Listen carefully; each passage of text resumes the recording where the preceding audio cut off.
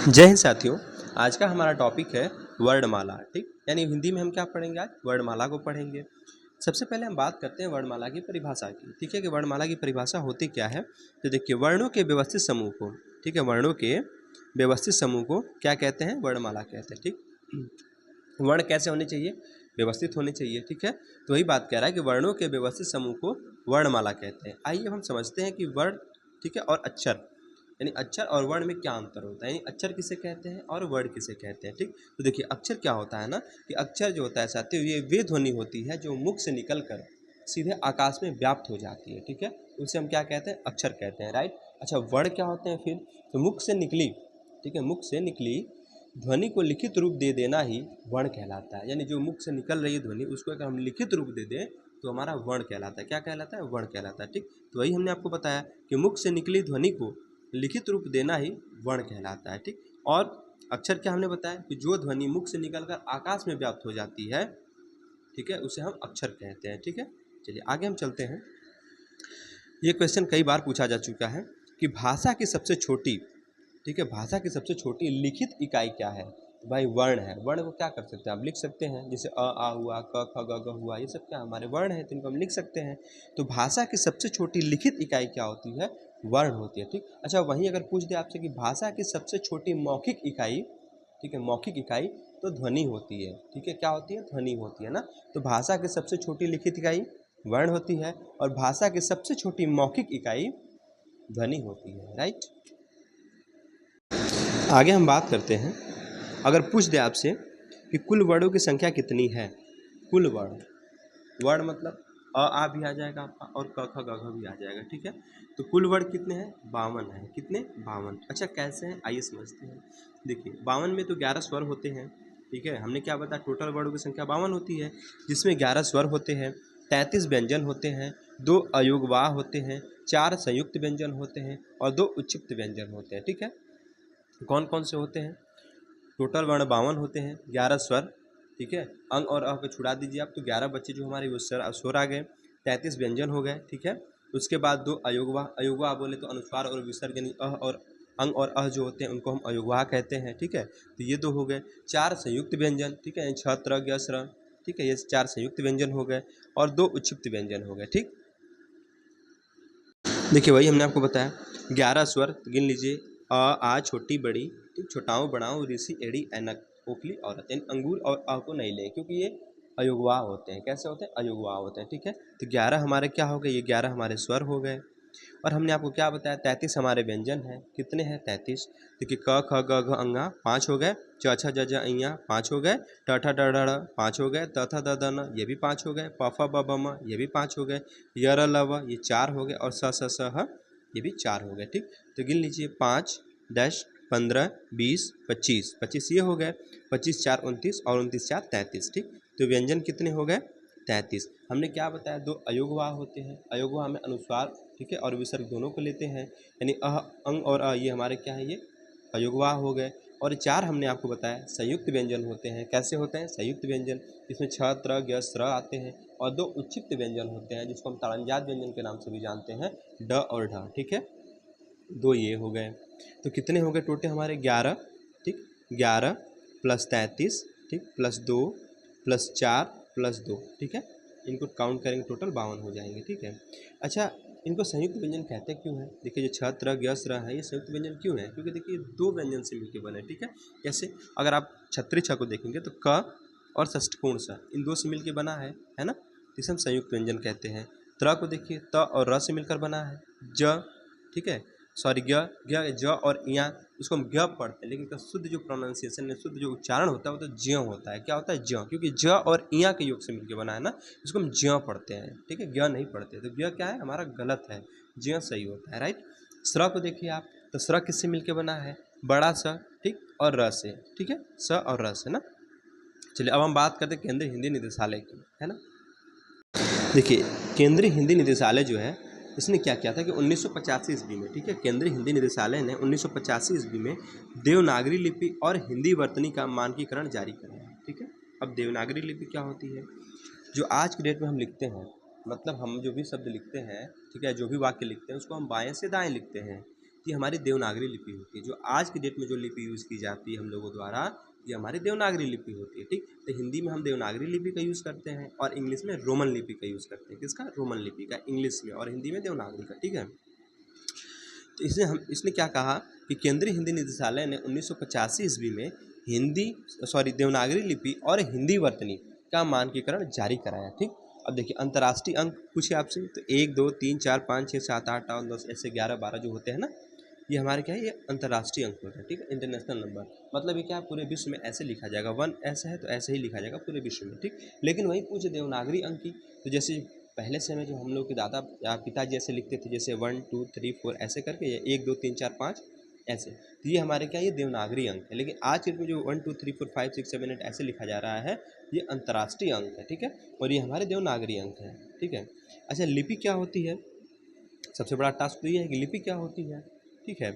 तो किसी भाषा को लिखने का तरीका, ठीक है, किसी भाषा को लिखने का तरीका ही हम क्या कहते हैं, लिपि कहलाती है, ठीक है।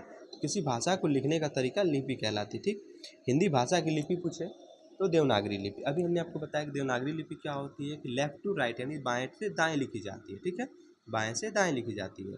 तो ये क्या है, देवनागरी लिपि। तो पूछता है कि हिंदी भाषा की जो लिपि है वो कौन सी लिपि है, तो वो देवनागरी लिपि है। और इंग्लिश की क्या पता है, रोमन लिपि है, क्या है, रोमन, ठीक है। आइए आगे हम बात करते हैं अब स्वर और व्यंजन की, ठीक। अब देखिए स्वर क्या होते हैं, व्यंजन क्या होते हैं। सबसे पहले हम बात करेंगे परिभाषा की, ठीक, और एक एक करके सबको समझेंगे। देखिए स्वर क्या होते हैं, तो वे वर्ण जिनका उच्चारण स्वतंत्र, ठीक है, जिनका उच्चारण स्वतंत्र अर्थात बिना रुकावट, स्वतंत्र मतलब क्या होता है, बिना रुकावट के, ठीक है, बिना रुकावट के होता है, उसे हम क्या कहते हैं, स्वर कहते हैं, ठीक है।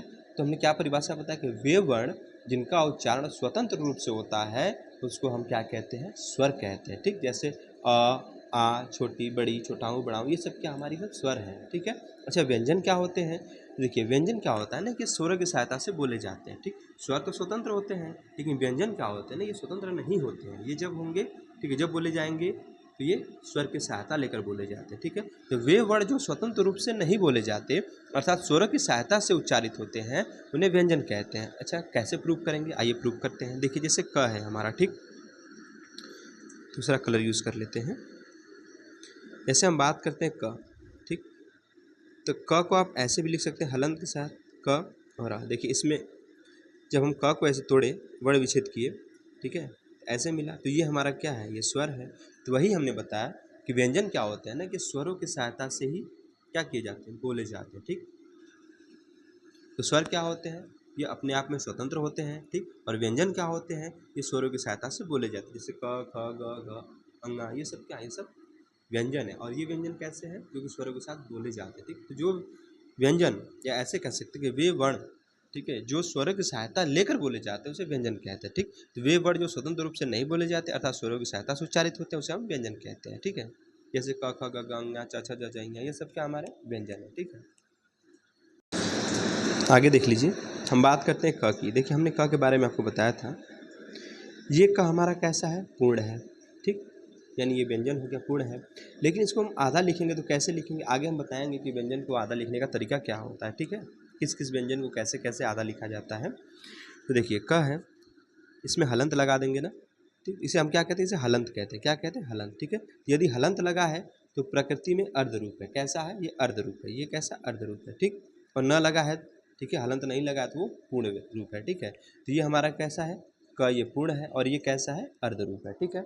जैसे हम बात करते हैं ज, बात करें ज की, तो ज जो है ना, हलंत वाला और प्लस अ, इसका वर्ण विच्छेद करेंगे तो ऐसे प्राप्त होगा। तो ये हमारा क्या है, स्वर है, ठीक। तो ये हमारा ज कैसा है, ये पूर्ण है, और ये कैसा है, हलंत लगा, तो हमने क्या बताया कि प्रकृति में अर्ध रूप है, तो ये क्या है, ज का अर्ध रूप है, और ये क्या है, पूर्ण रूप है, ठीक। वैसे देखिए जा की बात करें, ठीक है, तो ज इसका वर्ण विच्छेद आप करते हैं तो जा की, तो ज प्लस आ मिलेगा, क्या मिलेगा, आ मिलेगा, ठीक है। तो ज क्या, ये हमारा जा यहाँ पे क्या है, पूर्ण है। अब ये देखिए ज क्या है, अर्धरूप हुआ इसका, और ये आ हो गया। ऐसे जी का करिए आप, तो ज छोटी ही मिलेगा, सॉरी बड़ी ही, क्योंकि यहाँ बड़ी ही मात्रा है। अगर ज पर छोटी की मात्रा हो तो छोटी ही हो जाएगा यहाँ पे, ठीक है, ऐसे होता है।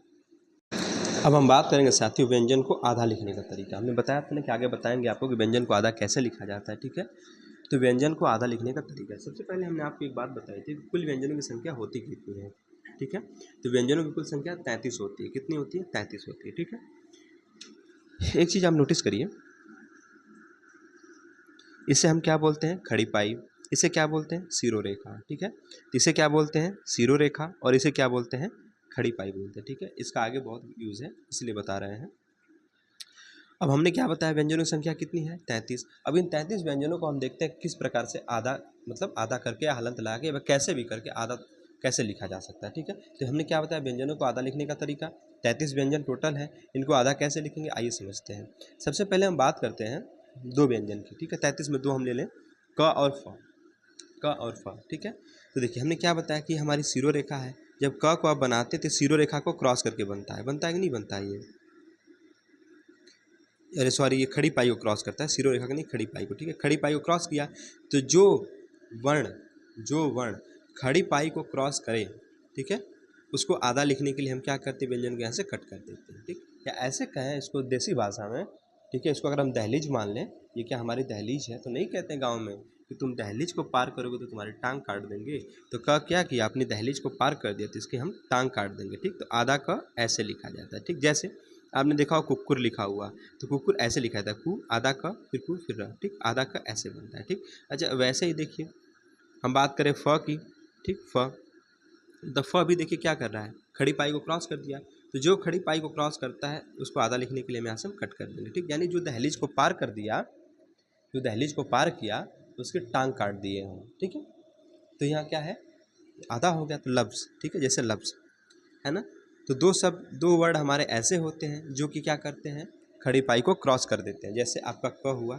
ठीक, क ऐसे देखिए खड़ी पाई को क्रॉस किया, यहाँ से इसको कट कर देंगे। फ है, खड़ी पाई को क्रॉस किया, इसको यहाँ से कट कर देंगे। तो क और फ को आधा लिखने का तरीका ऐसे होता है। ठीक, चलिए आगे हम बात करते हैं। देखिए आगे जो हमारे 9 वर्ण ऐसे होते हैं जो नीचे की तरफ लोटनिक होते हैं। लोटनिक मतलब घुमावदार होते हैं। जैसे ड, देखिए नीचे से घुमावदार है ना, ये ऐसे। ठीक, ड के बाद क्या आता है? छ, ये भी नीचे से लोटनिक यानी घुमावदार है। ठीक है। तो इनको हम आधा लिखने के लिए क्या करते हैं? इनको आधा लिखने के लिए साथियों हम क्या करते हैं? यहाँ पे हलंत लगा देते हैं। ठीक है। जैसे अगर ड को हमको आधा लिखना हुआ तो ड के नीचे क्या करेंगे? हम हलंत लगा देंगे। ठीक, छ को आधा लिखना हुआ, छ के नीचे हलंत लगा देंगे। ठीक, ट को आधा लिखना हुआ तो ट के नीचे हलंत लगा देंगे। ठ, ये भी लोटनिक है, इसको लिखना हुआ तो नीचे हलंत लगा देंगे। ठीक, ड को लिखना हुआ, ठीक है, ये तो हमारा अंग्या है, सॉरी अंग्या है। ठीक है। अंग्या को लिखने के लिए हम क्या करते हैं? आधा नीचे हलंत लगा देंगे। वैसे अगर ढ है, ठीक है, ढ को लिखना है तो ढ को आधा लिखने के लिए हम नीचे हलंत लगा देंगे। ठीक, ढ के बाद ढ है, ढ को लिखने के लिए आधा हलंत लगा देंगे। फिर द है, इसको भी लिखने के लिए नीचे हलंत लगा देंगे। ठीक है। तो हमने क्या बताया कि अंग्या, ठीक, अंग्या छ, ट, ठ, ड, ढ, द, र और ह, ये 9 वर्ण ऐसे हैं या 9 व्यंजन ऐसे हैं जो नीचे की तरफ क्या लोटने के यानी घुमावदार है। अब इनको आधा लिखने के लिए हमने क्या बताया? नीचे हलंत लगा देंगे। ठीक, अंग्या है, अंग्या को नीचे लिखने के लिए हमने क्या बताया? इसको गलती से हमने ड पढ़ लिया था। ठीक है, वो मेरी गलती है।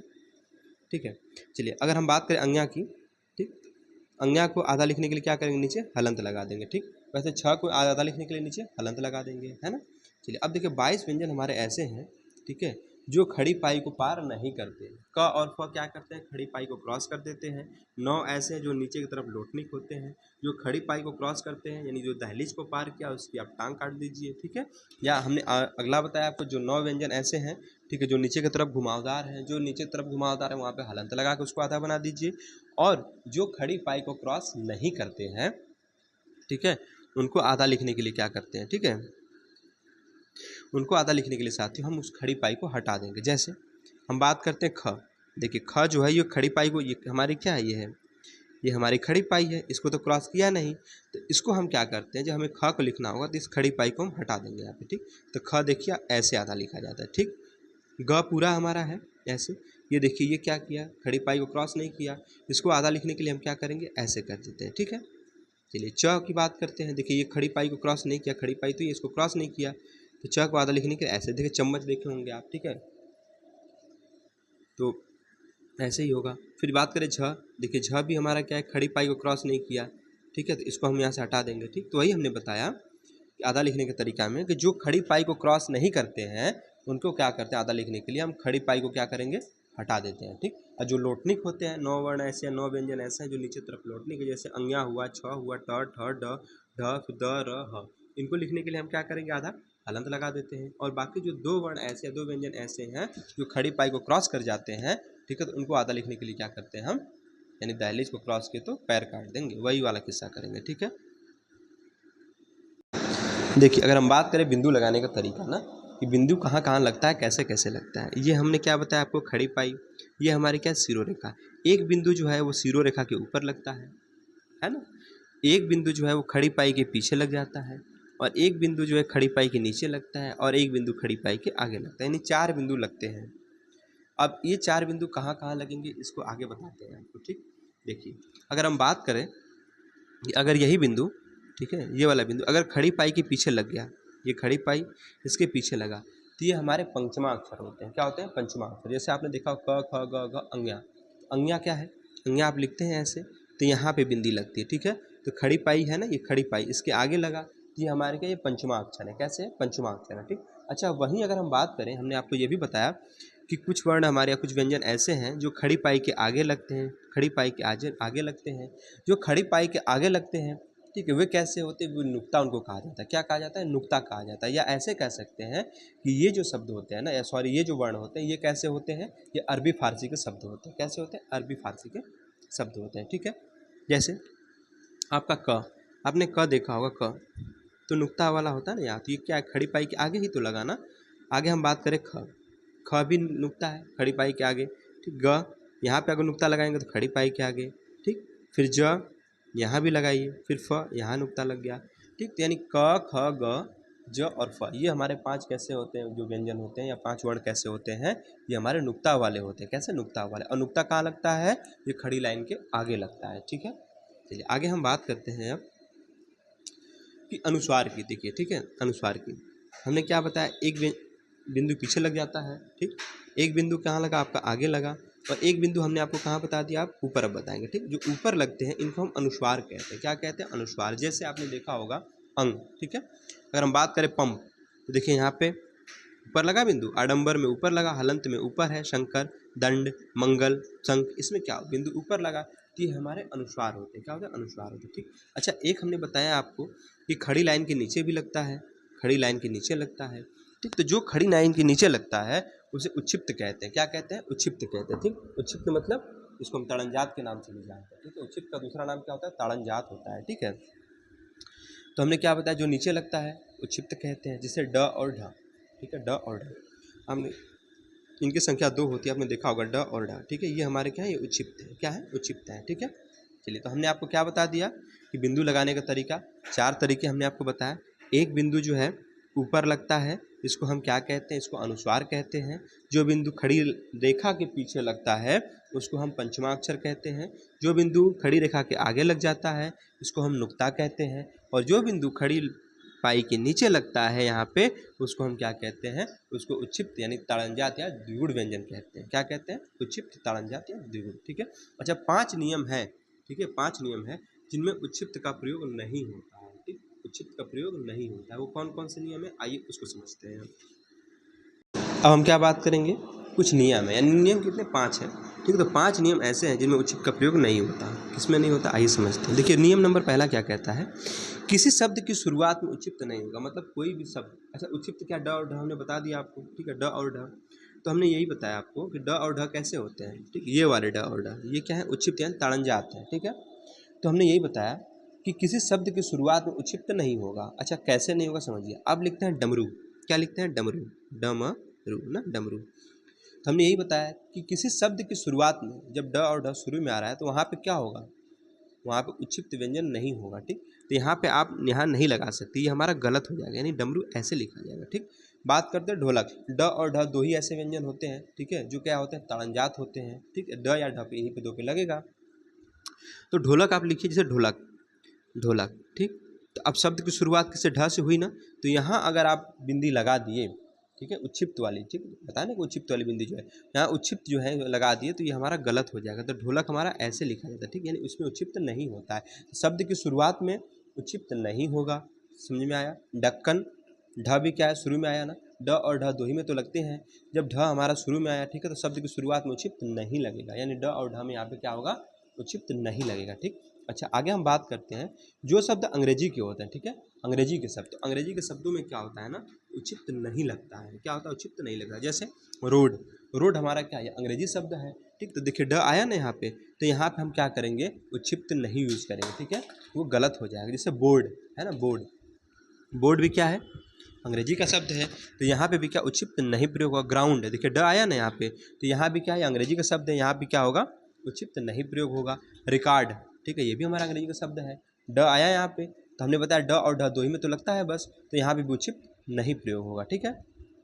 आगे बात करें द्वित्व व्यंजन। द्वित्व व्यंजन मतलब जो व्यंजन दो बार आते हैं, द्वित्व व्यंजन दो बार आते हैं, जैसे हड्डी, हड्डी, ठीक है, ड ड दो बार आया, ड और ढ दो ही में तो लगता है उक्षिप्त, है ना, तो यहाँ पे भी क्या होगा, उक्षिप्त व्यंजन का प्रयोग नहीं करेंगे क्योंकि ये द्वित्व व्यंजन है, ठीक है। तो द्वित्व व्यंजन में क्या होगा, उक्षिप्त का प्रयोग नहीं होता है। जैसे टिड्डी, उड्डयन, कबड्डी, इसमें क्या होगा, द्वित्व व्यंजन का प्रयोग नहीं होगा। अच्छा, उपसर्ग, उपसर्ग क्या होता है, उपसर्ग वे शब्दांश होते हैं, ठीक है, जो क्या होता है, मूल शब्द के आगे जुड़ते हैं, ठीक है, और प्रत्यय मूल शब्द के पीछे जुड़ते हैं। तो उपसर्ग है, ठीक है, तो भी वहाँ उचित का प्रयोग नहीं होगा। जैसे हम बात करते हैं निडर, निडर, निडर में क्या आपका नी उपसर्ग है, और देखिए ड और ढ दो ही पे तो लगते हैं, तो देखिए ड आया ना, तो ड पे क्या करेंगे, हम उचित नहीं लगाएंगे, ठीक है।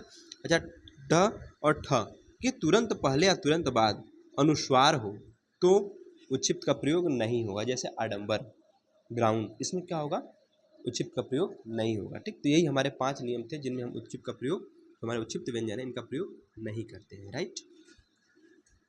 अब साथियों हम बात करेंगे स्वरों के वर्गीकरण की, ठीक है, स्वरों के वर्गीकरण के। स्वर हमने बता दिया, जो स्वतंत्र होते हैं, किसी की सहायता लेकर नहीं बोले जाते, उन्हें स्वर कहते हैं, ठीक है। तो स्वर का वर्गीकरण करते हैं। तो सबसे पहले हम देख लेते हैं स्वर। तो स्वर की संख्या हमने कितनी बताई आपको, 11 होती है। कौन कौन से स्वर होते हैं, अ, ठीक, आ, छोटी ई, बड़ी ई, छोटा ऊ, बड़ा ऊ, ऋषि, एड़ी, ऐनक, उखली और औरत, ठीक। औरत, ये हमारे क्या हो गए, ये हमारे स्वर हो गए। इनकी संख्या कितनी होगी, 11। लेकिन अंग और क्या होते हैं, या अयोगवा होते हैं, ठीक है, तो उनको तो काउंट करेंगे नहीं यहाँ पे। तो स्वरों की संख्या कितनी होगी, 11 हो गई। अच्छा, अब हम बात करते हैं, हमने क्या बताया कि स्वरों का वर्गीकरण, ठीक है। तो स्वरों का वर्गीकरण में हम पहले इसका वर्गीकरण करते हैं मात्रा के आधार पर, ठीक। अगर मात्रा के आधार पर हम देखें तो स्वर हमारे 3 प्रकार के होते हैं। कितने होते हैं, 3 प्रकार के। कौन कौन से, आइए समझते हैं। एक होता है आपका ह्रस्व स्वर, ठीक, या इसको हम लघु स्वर कहते हैं, लघु मतलब छोटा, या इसको एक मात्रिक स्वर कहते हैं, मतलब एक मात्रा वाले स्वर ना। ह्रस्व स्वर, लघु स्वर या एक मात्रिक, एक ही नाम है, ह्रस्व स्वर का ही नाम है लघु स्वर, और इसी का नाम एक मात्रिक स्वर है, ठीक है। तो ह्रस्व स्वर, लघु स्वर और एक मात्रिक स्वर, ये हमारे पहले भेद हो गए। तो मात्रा के आधार पर कितना बताया, 3 भेद बताया स्वरों के। पहला हम जानते हैं ह्रस्व स्वर, दूसरा हमारा क्या है, दीर्घ स्वर, दीर्घ मतलब बड़ा, या इसको द्विमात्रिक भी कह सकते हैं, और तीसरा है प्लुत स्वर, तीसरा क्या है, प्लुत स्वर है, ठीक है। तो मात्रा के आधार पर स्वर के कितने भागों में बांटा गया है, 3 भागों में बांटा गया है। कौन कौन सा, ह्रस्व स्वर, दीर्घ स्वर और प्लुत स्वर, ठीक है। ह्रस्व स्वर को हम लघु स्वर के नाम से भी जानते हैं, और ह्रस्व स्वर को हम एक मात्रिक स्वर के नाम से जानते हैं। दीर्घ स्वर की बात करें तो इसको हम बड़ा स्वर के नाम से जानते हैं, और इसको द्विमात्रिक स्वर के नाम से जानते हैं। क्यों, क्योंकि इसमें 2 मात्राएं हुई होती हैं। और तीसरा है प्लुत स्वर, ठीक है। अगर हम पूछ दें आपसे कि ह्रस्व स्वर की संख्या कितनी होती है, तो ह्रस्व स्वर की संख्या 4 होती है। जैसे अ, छोटी ई, छोटा ऊ और ऋषि, अ, छोटी ई, छोटा ऊ और ऋषि, ये क्या होते हैं, हमारे ह्रस्व स्वर यानी लघु स्वर या एक मात्रिक स्वर होते हैं। एक मात्रिक क्यों कहते हैं, क्योंकि इनमें एक मात्रा होती है। अच्छा, दीर्घ स्वर या बड़ा स्वर या द्विमात्रिक स्वर क्या होते हैं, ठीक है। देखिए अब जो हमारे, ये तो हमारे क्या हो गए, ये हमारे ह्रस्व स्वर हो गए। अब बचे हमारे जो स्वर, ये आ, बड़ी ई, बड़ा ऊ, एड़ी, ऐनक, ओखली और औरत, ठीक। तो ये हमारे क्या हो गए, ये दीर्घ स्वर या बड़ा स्वर या ये द्विमात्रिक स्वर होते हैं। कैसे होते हैं, द्विमात्रिक स्वर होते हैं, ठीक है। अच्छा, अगर पूछ दे आपसे कि ह्रस्व स्वर की संख्या कितनी, तो हमने बता दिया आपको 4 होती है। वहीं पूछ दे दीर्घ स्वर की संख्या कितनी होती है, तो 7 होती है, राइट। आइए एक एक करके सबको पढ़ते हैं। सबसे पहले हम बात करते हैं ह्रस्व स्वर, लघु स्वर या एक मात्रिक स्वर। देखिए ह्रस्व स्वर की बात करें तो इसके हमने अन्य नाम आपको क्या बताया कि ह्रस्व स्वर का अन्य नाम क्या है, लघु स्वर भी कहते हैं इसको, और इसी को हम एक मात्रिक स्वर कहते हैं। क्यों कहते हैं भाई, क्योंकि इसमें एक मात्रा होती है ना। तो देखिए जिन, ठीक है, जिसके उच्चारण में कम समय लगे, जिन स्वरों के उच्चारण में कम समय लगता है उसको हम ह्रस्व स्वर कहते हैं। क्या कहते हैं, ह्रस्व स्वर। इनकी संख्या हमने कितनी बताई, 4 होती है। कितनी, 4 होती है। जैसे अ, छोटी ई, छोटा ऊ और ऋषि, 4 हो गए ना। तो ये हमारे क्या है, ये ह्रस्व स्वर है, ठीक है। और ह्रस्व स्वर को हम क्या बताएं, लघु स्वर भी कहते हैं, इन्हीं को एक मात्रिक स्वर भी कहते हैं। इनका दर्शन चिन्ह क्या होता है, दर्शन चिन्ह मतलब कैसे इसको हम डिनोट करते हैं, तो हमने क्या बताया, एक मात्रिक होती तो इसका दर्शन चिन्ह ऐसे होता है, ठीक है। आगे हम बात करें दीर्घ स्वर या द्विमात्रिक स्वर, ठीक है। दीर्घ मतलब बड़ा, ठीक है, द्विमात्रिक मतलब 2 मात्रा। तो दीर्घ स्वर को ही हम क्या कहते हैं, द्विमात्रिक स्वर भी कहते हैं। तो जिनके उच्चारण में लघु स्वर से 2 गुना समय लगे, ठीक है, जिनके उच्चारण में लघु स्वर से 2 गुना ज़्यादा समय लगे उसे हम दीर्घ स्वर कहते हैं। क्या कहते हैं? दीर्घ स्वर कहते हैं, ठीक, या फिर द्विमात्रिक स्वर कहते हैं, है ना। अच्छा, अगर हम पूछे कि इनकी संख्या, तो इनकी संख्या 7 होती है। हमने आपको शुरू में ही बता दिया। कौन कौन से होते हैं? देखिए, आ होता है, बड़ी होता है, बड़ाऊ होता है, एड़ी होता है, ऐनक होता है और ओखली होता है, ठीक है। इसका दर्शन चिन्ह कैसे होता है? ऐसे होता है, ठीक। तो हमने क्या बताया? मात्रा के आधार पर 3 प्रकार का ना ह्रस्व स्वर बता दिया, ठीक है। एक मात्रिक स्वर कहते हैं इनको, अ, छोटी, छोटा और ऋषि, ठीक। इनका दर्शन चिन्ह भी आपको हमने बता दिया, और जिनके उच्चारण में कम समय लगता है उसी को हम ह्रस्व स्वर कहते हैं। दीर्घ स्वर हमने क्या बताया कि इसको हम द्विमात्रिक स्वर के नाम से भी जानते हैं, ठीक। दीर्घ स्वर में हमने आपको ये बताया कि जिनके उच्चारण में ह्रस्व स्वर की अपेक्षा 2 गुना समय लगता है, ठीक है, उसे हम दीर्घ स्वर कहते हैं। जैसे आ, बड़ी ई, बड़ा ऊ, एड़ी, ऐनक, ओखली और औरत। इनकी संख्या कितनी है? 7 है। दर्शन चिन्ह हमने आपको बता दिया। अब तीसरा जो है ये हमारा है प्लुत स्वर। क्या है? प्लुत स्वर, ठीक। तो जिनके उच्चारण में दीर्घ स्वर से कुछ अधिक समय लगे, या ऐसे भी कह सकते हैं कि जिनके उच्चारण में लघु स्वर से 3 गुना ज़्यादा समय लगे, ठीक है, लघु स्वर से 3 गुना ज़्यादा समय लगे, उसे क्या कहते हैं? प्लुत स्वर कहते हैं। जैसे ओम, राम, है ना। तो ये हमारे क्या, ये प्लुत स्वर है। अच्छा, एक पॉइंट है, देखिए, अगर हम बात करें व्यंजन की, तो व्यंजन की मात्रा नहीं होती है, ठीक। व्यंजन की पूछे आपसे कि व्यंजन की मात्रा होती है, तो व्यंजन की मात्रा नहीं होती है, ठीक। मात्रा होती है तो सिर्फ और सिर्फ स्वरों की होती है। किसकी होती है? स्वर की होती है, ठीक है। तो व्यंजन की मात्रा नहीं होती है, मात्रा किसकी होती है? स्वर की होती है, ठीक। अच्छा, स्वर को हम क्या कहते हैं? अच के नाम से जानते हैं, और व्यंजन को हल कहते हैं, यानी हल के नाम से जानते हैं, ठीक। तो स्वर को हम अच कहते हैं और व्यंजन को हल कहते हैं, ठीक है। कभी कभी पूछ लिया जाता है। अगर हम बात करें जिह्वा के आधार पर, अभी तो हमने मात्रा के आधार पर बांटा, ह्रस्व, दीर्घ और प्लुत में, ठीक है। अब हम बात करें जिह्वा के आधार पर। देखिए, जिह्वा के आधार पर अगर हम बात करें स्वरों के प्रकार, तो 3 प्रकार के होते हैं। एक होता है अग्रस्वर, एक होता है मध्य स्वर और एक होता है पश्च स्वर, ठीक है। तो जिह्वा के आधार पर स्वर के कितने प्रकार होते हैं? 3 होते हैं। कौन कौन से? अग्रस्वर, मध्य स्वर और पश्च स्वर। अग्रस्वर मतलब क्या? कि जो जीभ के अगले हिस्से से उच्चारित किए जाते हैं, ठीक है। जो जीभ के अगले हिस्से से उच्चारित कहते हैं, तो जो जीभ के अगले हिस्से से उच्चारित किए जाते हैं उसे हम अग्रस्वर कहते हैं। जैसे छोटा ई, ठीक, फिर बड़ी ई, एड़ी और ऐनक, ठीक। ये कितने हो गए? 4। तो ये 4 जो हमारे स्वर, ये कैसे हैं? ये अग्रस्वर कहे जाते हैं। कैसे कहे जाते हैं? अग्रस्वर। अच्छा, मध्य स्वर किसे कहते हैं?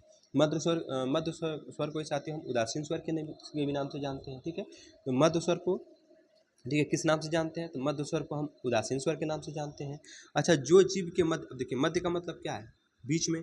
तो जो, ठीक है, जो स्वर जीभ के मध्य यानी बीच के हिस्से से उच्चारित होते हैं उसे हम क्या कहते हैं? मध्य स्वर कहते हैं। और इनकी संख्या 1 है। और कौन सा वो स्वर है? अ क्या है? उदासीन उसको कहते हैं, और वही हमारा क्या है? मध्य स्वर है, ठीक है। अच्छा, पश्च स्वर। पश्च स्वर क्या है? तो जो शब्द या सॉरी जो स्वर जीभ के पिछले हिस्से से उच्चारित होते हैं उसको हम क्या कहते हैं? पश्च स्वर कहते हैं। जैसे बड़ा, बड़ाऊ, छोटाऊ, औ, ठीक है, और ओ। मतलब आ, छोटाऊ, बड़ाऊ, ओ और औ, ठीक है। ये क्या है? हमारे पश्च स्वर है। इनकी संख्या कितनी है? 5 होती है। हमने आपको क्या बताया? जिह्वा के आधार पर स्वर कितने भागों में बांटा गया है? 3 भागों में। कौन कौन से? अग्र स्वर, मध्य स्वर, पश्च स्वर। अग्र स्वर जो जीभ के आगे अगले भाग से उच्चारित होते हैं, कौन कौन से हैं? छोटी ई, बड़ी ई, एड़ी और ऐनक। इनकी संख्या कितनी है? 4 है। मध्य स्वर के बारे में क्या बताया कि इसको हम उदासीन स्वर के नाम से जानते हैं, ठीक है। मध्य स्वर कहते किसे हैं? जो जीभ के मध्य भाग से उच्चारित किए जाते हैं। इनकी संख्या कितनी है? 1 है। वो स्वर कौन सा है? उसे अ के नाम से जानते हैं, ठीक। पश्च स्वर जो जीभ के पिछले भाग से या पिछले हिस्से से उच्चारित होते हैं, ठीक, उसे हम पश्च स्वर कहते हैं। इनकी संख्या कितनी है? 5 है। कौन कौन से वो स्वर हैं? तो आ है, छोटा ऊ है, बड़ा ऊ है, ओ है और औ है, ठीक। चलिए आगे चलते हैं। अब हम बात करते हैं साथियों उच्चारण के आधार पर, ठीक है। वैसे स्वरों की संख्या हमने कितनी बताई? 11 बताई थी। लेकिन अगर कह दें, ठीक है, अगर ये आपसे पूछ दे कि उच्चारण के आधार पर बता दीजिए, तो उच्चारण के आधार पर स्वरों की संख्या 10 होती है। कितनी होती है? 10 होती है। अच्छा, कौन कौन से होते हैं स्वर? हमने आपको बता दिया, अ, आ, छोटी, बड़ी, छोटाऊ, बड़ाऊ, ऋषि, एड़ी, ऐनक, ओखली और औरत। ये हमारे 11 क्या हैं? ये स्वर हैं। लेकिन हमने ये बताया कि स्वरों की संख्या कितनी होती है? 11 होती है। स्वरों की संख्या 11 होती है, लेकिन उच्चारण के आधार पर स्वरों की संख्या कितनी है? 10 होती है। तो भाई यहाँ तो हमने 11 बता दिया, तो 10 कैसे हो गई? तो देखिए, जो ऋषि होता है ना, इसको उच्चारण के आधार पर स्वर नहीं माना जाता है, ठीक है। तो टोटल कितने हो गए? अब 10 हो गए। रि को हटा देते हैं, ठीक है। तो उच्चारण के आधार पर स्वरों की संख्या 10। क्यों? क्योंकि हमने ऋषि को हटा दिया, ठीक है। तो कितनी हो गई? 10। यानी अ, आ, छोटी, बड़ी, छोटाऊ, बड़ाऊ, ऋषि तो हट गया, फिर एड़ी, ऐनक, ओखली और अति। गिन लीजिए 1 2 3 4 5 6 7 8 9 10, ठीक है। तो उच्चारण के आधार पर 10 और ऐसे स्वरों की संख्या पूछे तो 11, ठीक है। चलिए आगे चलते हैं। ऋषि और र, ठीक है, इनके भेद की बात करते हैं। तो देखिए ऋषि क्या है? एक स्वर है ना। अभी बताया ना स्वरों की संख्या 11 होती है, लेकिन उच्चारण के आधार पर ऋषि को हटा देते हैं। तो रि क्या है? एक स्वर है। हम रि और, ठीक है, र, इनके भेद की बात करते हैं। तो सबसे पहले हम बात करते हैं र के भेद की। तो र के साथ ही 3 भेद होते हैं। कितने होते हैं? 3 भेद। देखिए एक र का सामान्य रूप होता है, जैसे आपने देखा होगा राकेश, रमेश, ठीक है, जैसे ऐसे लिखते हैं ना राकेश, ठीक। तो ये जो र हमारा, ये क्या है? सामान्य रूप है, ठीक है। अच्छा रेफ रूप क्या होता है? ठीक है, एक र का रेफ रूप भी होता है, जो कि क्या करते हैं? हम शिरो रेखा के ऊपर लगा के लिखते हैं। जैसे आप लिखते हो एक कर्म, ठीक, कर्म, तो ये भी तो हमारा र है ना, तो शिरो रेखा के ऊपर इसको लगा के लिखे, तो ये हमारा क्या है? ये रेफ रूप है। कैसा है? रेफ रूप है, ठीक है। तो कर्म, धर्म, जुर्माना, ये सब जो हमारे शिरो रेखा के ऊपर लग जाते हैं र, वो रेफ रूप कहे जाते हैं, ठीक। अच्छा एक होता है पदेन रूप, जैसे आपने देखा होगा लिखा है ट्रक, ट्रक, ठीक है। तो ये क्या हमारा? ये र का पदेन रूप है। तो हमने क्या बताया? र के कितने रूप होते हैं? 3 रूप होते हैं। र का सामान्य रूप जैसे ऐसे होता है, ठीक। फिर र का रेफ रूप जो कि शिरो रेखा के ऊपर लिखा जाता है, और र का पदेन रूप जो कि यहाँ पे नीचे लिखा जाता है, ठीक है, ये वाला र, ठीक है। अच्छा ऐसा भी होता होगा कि कोई र इसमें पूर्ण होता होगा, कोई आधा होता होगा, ठीक है। तो देखिए जो रेफ रूप होता है ना, रेफ रूप, ये र का आधा रूप होता है, और बाकी जो दो और होते हैं, एक सामान्य रूप और एक पदेन रूप, ठीक है। ये दोनों कैसे होते हैं? ये पूरे होते हैं, ये आधा र नहीं होते हैं। तो आधा र कौन सा होता है? सिर्फ और सिर्फ जो रेफ रूप होता है वही र का आधा रूप होता है, ठीक है। तो र जो है, ठीक है, र का जो रेफ रूप है वो आधा र होता है, ठीक है। और जबकि जो अन्य अन्य मतलब कौन? सामान्य रूप और पदेन रूप, ये कैसे होते हैं? ये पूर्ण होते हैं, ठीक। जैसे हम बात करते हैं ट्रक की, ट्रक।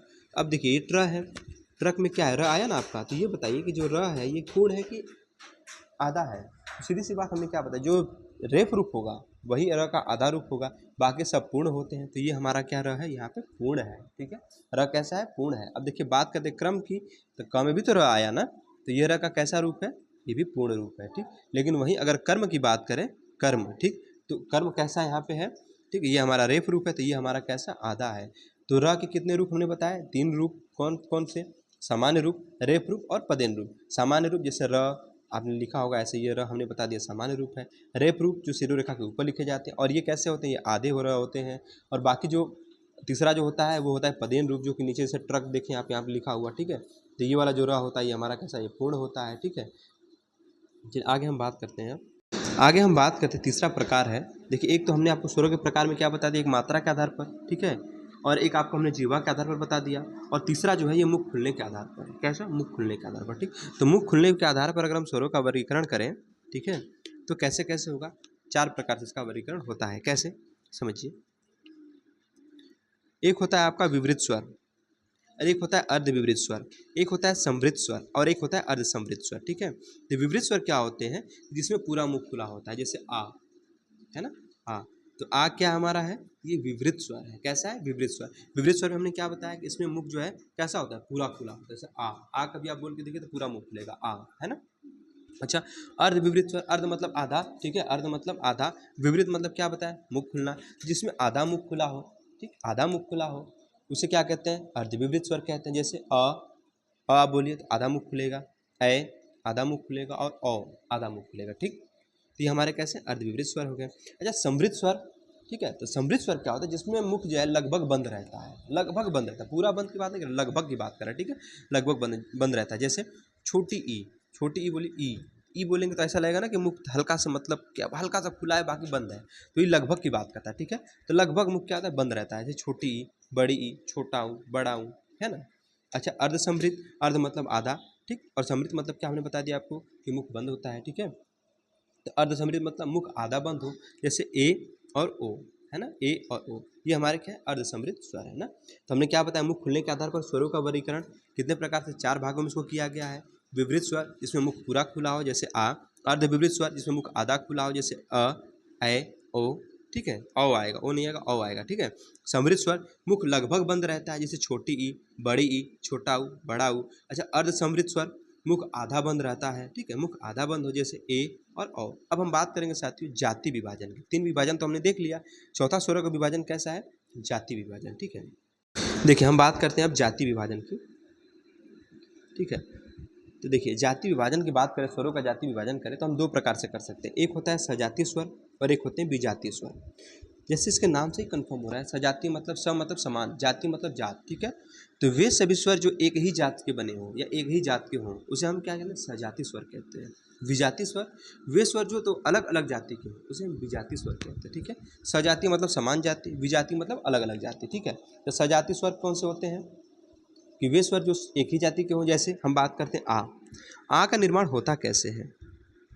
आ को आप बनाइए, अ और अ और अ के मिलने से क्या बनता है, आ का निर्माण होता है। तो देखिए अ और अ ये दोनों एक ही जाति के हुए ना, तो ये क्या है, सजातीय स्वर है। कैसे है, सजातीय स्वर है, ठीक। अच्छा अगर हम बात करें बड़ी ई की, बड़ी ई का निर्माण कैसे होता है, छोटी ई जमा छोटी ई। अब देखिए छोटी ई और छोटी ई दोनों एक ही जात के हैं, तो ये कैसे हैं, ये सजातीय स्वर हो गए, ठीक। अच्छा हम बात करें बड़ा ऊ की, ठीक। तो बड़ा ऊ का फॉर्मेशन कैसे होता है, छोटा ऊ प्लस छोटा ऊ। तो ये 2 छोटे ऊ कैसे हैं, एक ही जाति के हैं, यानी समान जाति के, यानी सजातीय हैं, ठीक है। तो बड़ा ऊ कैसा हो गया, सजातीय स्वर हो गया, राइट।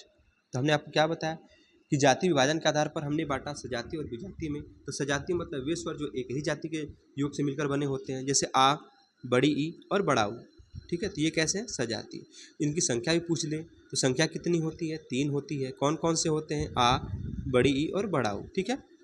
विजातीय वे स्वर जो अलग अलग जाति के हो, ठीक है, या ऐसे कह सकते हैं वे स्वर जो अलग अलग जाति से मिलकर बने हो उन्हें विजातीय स्वर कहते हैं। जैसे हम बात करते हैं ए का निर्माण कैसे होता है, अ जमा छोटी ई से, ठीक है। अ क्या है, देखिए अलग जात है, ई की अलग जाति है ना। तो दोनों अलग अलग जाति से मिलकर बने हैं, तो ये कैसे हो गए, विजातीय स्वर हो गए, ठीक है। अच्छा अगर हम बात करें आय की, ठीक है, आय की, तो आय किससे मिलकर बना होता है, ए, ठीक है। आय किससे मिलकर बना होता है, ए नहीं सॉरी, जो अ होता है साथियों वो ए, या ऐसे कह सकते हैं पहले अ और उसके बाद ए, आगे पीछे हो जाएगा कोई दिक्कत ना है, ठीक। अ और ए के योग से, तो अ देखिए अलग जाति का है, ए भी अलग जाति का है, ठीक है। ये कैसे अलग अलग जाति का है ना, तो ये विजातीय स्वर हो गए।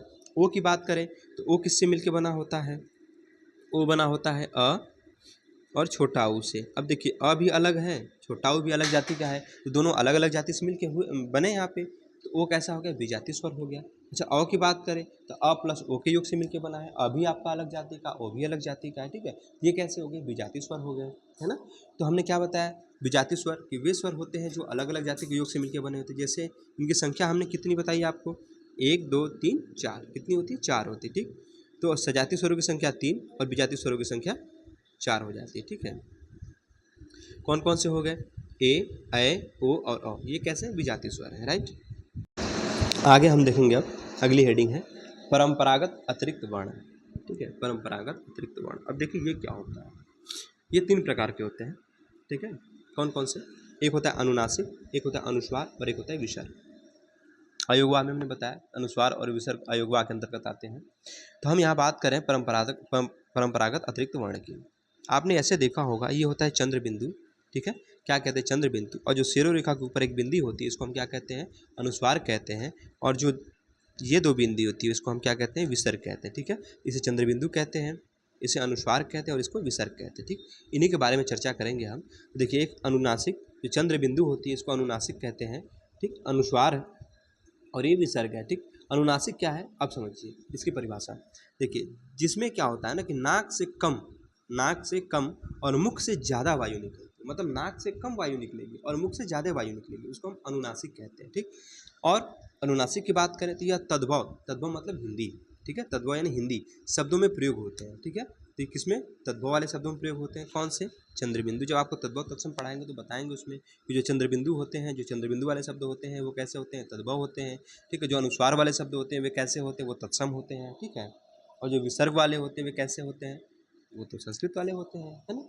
चलिए हमने क्या बताया, अनुनासिक में जिनमें नाक से कम और मुख से ज़्यादा वायु निकलती है, ठीक। इसका ठीक उल्टा अनुस्वार होता है कि इस अनुस्वार में क्या होता है, जिसमें नाक से अधिक और मुख से कम वायु निकलती है, ठीक उल्टा है ना इसका, तो ये अनुस्वार होते हैं, ठीक है। अच्छा अनुस्वार की बात करें हम तो यह तत्सम यानी संस्कृत शब्दों में प्रयोग होते हैं, हमने आपको बता ही दिया। विसर्ग संस्कृत संस्कृत के शब्दों में स्वर के बाद प्रयोग होते हैं, ठीक है। जो संस्कृत के शब्द होते हैं उसमें स्वर के बाद में प्रयोग होते हैं, जैसे प्रातः, ठीक है, अतः, दुख, एग्जाम्पल ये सब किसके हैं, विसर्ग के हैं, ठीक है। अनुस्वार मैंने बताई दिया आपको, जिसमें नाक से अधिक और मुख से कम वायु निकलती है, या तत्सम यानी संस्कृत शब्दों में प्रयोग होता है, जैसे चंद्र, दंत, कंटक, ये देखे होंगे ना, ये शिरोरेखा के जो ऊपर लगते हैं, ये हमारे क्या अनुस्वार है। अच्छा, अनुनासिक हमने बता दिया आपको, जो चंद्रबिंदु वाले होते हैं, ठीक है। हमने आपको ये भी बताया कि जिसमें नाक से कम और मुख से क्या होती है, ज़्यादा वायु निकलती है ना। और ये तद्वय यानी हिंदी के शब्दों में प्रयोग होते हैं। उदाहरण की बात करें, जैसे आपने देखा होगा गाँव, गाँव लिखा देखा आपने, तो ऊपर चंद्रबिंदु ऐसे लगती है, तो ये हमारे क्या, ये हमारे अनुनासिक है। कैसे, अनुनासिक है, ठीक है। अच्छा, चांद देखा होगा आपने, लिखा होगा चांद, ऐसे चांद, तो ये जो ऊपर चंद्रबिंदु लगा वही क्या है, अनुनासिक हो गया, ठीक है। दांत, कांटा, पाँच, ये सब क्या है, ठीक है। कांटा भी हम लिखते हैं और पाँच भी लिखते हैं, तो ये सब हमारे अनुनासिक वाले शब्द हैं। कैसे, अनुनासिक है, ठीक है। अब हम बात करेंगे हजारी प्रसाद द्विवेदी जी की, सॉरी किशोरी प्रसाद वाजपेयी जी की। देखिए, पंडित किशोरी प्रसाद वाजपेयी के अनुसार अगर बात करें तो अनुस्वार और विसर्ग ये स्वर नहीं है, इसलिए हमने स्वरों की संख्या कितनी बताई थी, 11 बताई थी, ठीक। अंग और अह को हटा दिया था, ये क्या, अयोगवा होते हैं, ठीक है। तो यही बात हमने आपको बताई थी इसी आधार पे कि जो स्वर होते हैं उनकी संख्या 11 होती है। वैसे तो 13 हो गए आपके, अंग और अह को मिला लिए आप तो, लेकिन अंग और अह क्या है, वो स्वर नहीं है। किसके अनुसार, ये पंडित किशोरी प्रसाद वाजपेयी के अनुसार, ठीक है। तो इन्होंने क्या कहा कि जो अंग और अ है ना, ये आपका क्या है, स्वर नहीं है, इसलिए स्वर की संख्या हमने कितनी बताई थी, 11 बताई थी, ठीक है। इसलिए स्वर की संख्या कितनी, 11 हो गई ना। देखिए, पंडित किशोरी प्रसाद वाजपेयी के अनुसार स्वर और विसर्ग, ठीक है, ये क्या है, सॉरी, अनुस्वार और विसर्ग क्या है, स्वर्ग नहीं है। यह व्यंजन की तरह स्वर से पहले नहीं आते, कहाँ आते हैं, तब बाद में आते हैं, अतः इनको अयोगवाह कहा गया है। क्या कहा गया, अयोगवाह कहा गया, ठीक है। अब साथियों हम बात करेंगे व्यंजन की। देखिए, हमारे स्वर खत्म हो गए, ठीक, स्वर खत्म हो गए। स्वर किसे कहते हैं, संख्या कितनी होती है, उनका वर्गीकरण कौन कौन से भाग में हुआ है या कैसे कैसे हुआ, सब हमने आपको बता दिया। अब हम बात करेंगे व्यंजन की, ठीक है। व्यंजन क्या होते हैं, हमने बताया जो स्वर की सहायता लेकर बोले जाते हैं, ठीक है, ये स्वतंत्र नहीं होते हैं, तो ये व्यंजन कहलाते हैं, है ना। तो देखिए, व्यंजन की बात करें तो क ख ग घ च छ ज झ, ठीक है, क ख ग घ अंग्या हो गया, च छ ज झ इया हो गया, ट ठ ड ढ ड़ हो गया, त थ द ध न, प फ ब भ म, ठीक। अब इनको हम क्या करते हैं, अब इनकी बात करें, देखिए जो च छ ज झ, च छ ज झ, ये जो है, ये क्या है, ये स्पर्श संघर्षी है। कैसे है, स्पर्श संघर्षी व्यंजन है, ठीक है। तो पूछता है कि बताइए निम्न में से स्पर्श संघर्षी व्यंजन कौन से हैं, तो च छ ज झ, ये कैसे हैं, स्पर्श संघर्षी व्यंजन, मतलब 4 हो गए, ठीक है। अब हम बात करते हैं वर्गीय व्यंजन, तो ये हमारे वर्गीय व्यंजन कहे जाते हैं। क्या होते हैं ये, वर्गीय व्यंजन, मतलब टोटल मिला के हम वर्गीय व्यंजन कहते हैं, ठीक है। इनकी संख्या कितनी होती है, 25 होती है। कौन कौन से, सुनिए, 16 हमारे स्पर्शी व्यंजन होते हैं। अच्छा, 16 कौन कौन से होते हैं, इसको भी देख लीजिए। क ख ग घ होता है, मतलब जो पांचवा वर्ण है, मतलब देखिए ये जो पांचवा वाला है, ठीक है, पंचमा अक्षर इसको छोड़ देते हैं, इसको काउंट नहीं करेंगे, ठीक। तो क ख ग घ अंगा को छोड़ दिए, ट ठ ड ढ ड़, त थ द ध, ठीक है, ट ठ ड ढ हो गया, त थ द ध हो गया, प फ ब भ म हो गया, ठीक। तो 4 4 8 4 12 4 16, तो 16 कैसे हो गए, ये स्पर्शी व्यंजन, ठीक है, स्पर्शी व्यंजन। अच्छा, 4 कैसे होते हैं, स्पर्श संघर्षी व्यंजन होते हैं, जैसे च छ ज झ, ठीक है, च छ ज झ हमने बता दिया स्पर्श संघर्षी होते हैं। और 5 नासिक के व्यंजन, यानी अंग्या, इया, ड़, न, म, अंग्या, इया, ड़, न, म, ये कैसे, नासिक के व्यंजन, ठीक है। तो टोटल कितने हो गए, 25, कितने हो गए, 25। हमने क्या बताया व्यंजन के बारे में, कि व्यंजन क्या होते हैं, जो स्वरों की सहायता लेकर बोले जाते हैं, ठीक। स्पर्शी व्यंजन, सॉरी, अगर पूछ दे आपसे वर्गीय व्यंजनों की संख्या, तो वर्गीय व्यंजनों की कुल संख्या पूछे तो 25। अच्छा, पूछ दे स्पर्शी व्यंजन, तो स्पर्शी व्यंजन 16 होते हैं। कौन कौन से होते हैं, हमने बता दिया आपको, ये पांचवा वाला वर्ग हम हटा देंगे, ठीक है, पांचवा हटा देते हैं और स्पर्श संघर्षी को भी हटा देंगे, तो बच्चे जो हमारे वर्ण, ठीक है, ये हमारे कैसे हो गए, स्पर्शी व्यंजन हो गए, जैसे क ख ग, ठीक है, क ख ग घ, ट ठ ड ढ ड़, त थ द ध, फिर प फ ब भ म, ठीक, प फ ब भ, म नहीं आएगा, सॉरी, प फ ब भ आएगा, ठीक है, प फ ब भ, यानी 4 4 8 4 12 4 16, तो 16 कैसे हो गए, स्पर्शी व्यंजन। 4 स्पर्श संघर्षी, कौन से, च छ ज झ, ठीक।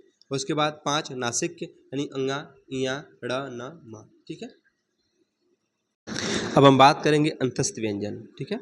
अंतस्थ व्यंजन बहुत बार पूछा जाता है कि निम्न में बताइए अंतस्थ व्यंजन कौन सा है, तो देखिए य र ल व, य र ल व, ये कैसे है, अंतस्थ व्यंजन है, ठीक। अगर हम बात करें कि डॉक्टर, ठीक है, डॉक्टर भोलानाथ तिवारी ने संघर्षहीन या सप्रवाह व्यंजन भी कहा है, किसको, य को, ठीक है, य और व को क्या कहा है, तो डॉक्टर भोलानाथ तिवारी ने संघर्षहीन सप्रवाह व्यंजन कहा है, ठीक है।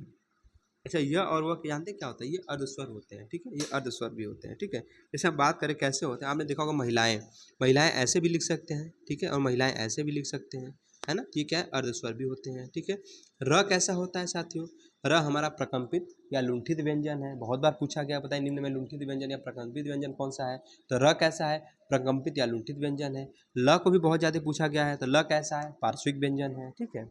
चलिए, अगर हम बात करें ऊष्मीय व्यंजन की, तो देखिए जिन वर्णों के उच्चारण में जोर से श्वास खींचना पड़ता है, या ऐसे कह सकते हैं कि गर्म ऊष्मा बाहर निकलती है। ऐसे एक काम करिए, आप अपने हथेली को उल्टा करके जब कभी आप इन शब्दों का उच्चारण करेंगे, स ह, तो आप देखेंगे जो आपकी हथेली का जो उल्टा भाग है ना, उसमें क्या होगा? एक गर्म ऊष्मा का एहसास होगा आपको, ठीक है। तो ये हमारे कैसे ऊष्मीय व्यंजन होते हैं, ठीक है। ऊष्मीय मतलब ऊष्मा, है ना। तो जिन वर्णों के उच्चारण में जोर से श्वास खींचना पड़ता है, तो उसे क्या ऊष्मीय व्यंजन कहते हैं। इनकी संख्या कौन कितनी होती है? 4 होती है। वो कौन कौन से होते हैं? बड़ा स, छोटा स, षष्ठकोण स और ह, यानी स स स ह, ठीक है। ये कैसे हैं? ऊष्मीय व्यंजन हो गए, ठीक है।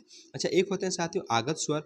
आगत स्वर क्या होते हैं कि यदि अंग्रेजी के शब्दों को हिंदी में लिख दिया जाए तो उसे आगत स्वर कहते हैं। जैसे आपने देखा होगा हॉस्टल, हॉस्टल तो चूंकि इंग्लिश का शब्द है, ऐसे HOSTEL ऐसे हॉस्टल लिखा जाता है, इसको साथियों हम हिंदी में भी तो लिख सकते हैं ना, ऐसे हॉस्टल। तो ये हमारे क्या है? ये हमारे आगत स्वर हो गए, ठीक है। जैसे हम बात करें हॉस्पिटल, हॉस्पिटल हिंदी में भी तो लिखा जाता है, तो हॉस्पिटल क्या, चूंकि अंग्रेजी का शब्द है, ठीक है, तो ये हमारे आगत स्वर हो गए। कॉलेज देखा होगा आपने, नॉलेज देखा होगा, ठीक है, ऐसे लिखा हुआ, तो ये सब कैसे हमारे सब आगत स्वर हैं, राइट।